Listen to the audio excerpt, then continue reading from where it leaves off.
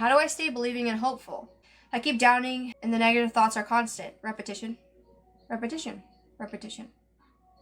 Consistency, discipline.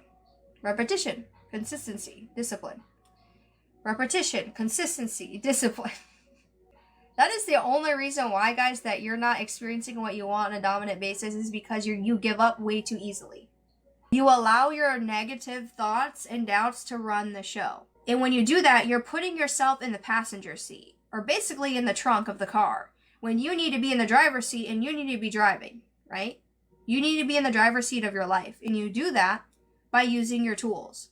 What happens when the car breaks down? Or when you run out of gas? You fill it up, right?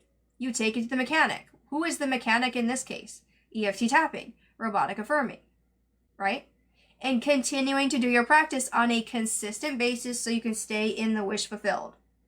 The only reason why you're not getting what you want is because you lack mental discipline and lack the consistency of it, right? So I'd be tapping 3 times a day and affirming 3 times a day to really solidify in the new state.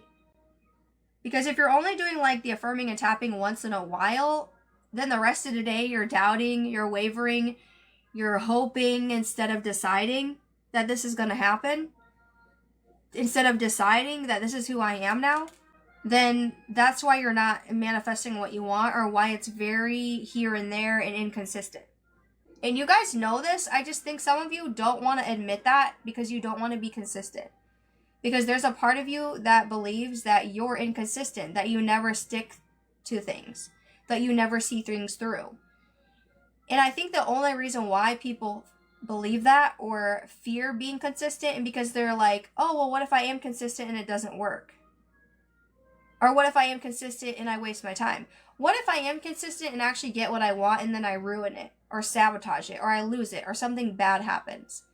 That's really the only reason why, guys, that you lack consistency, is because the underlying fear of what it would mean if you are consistent.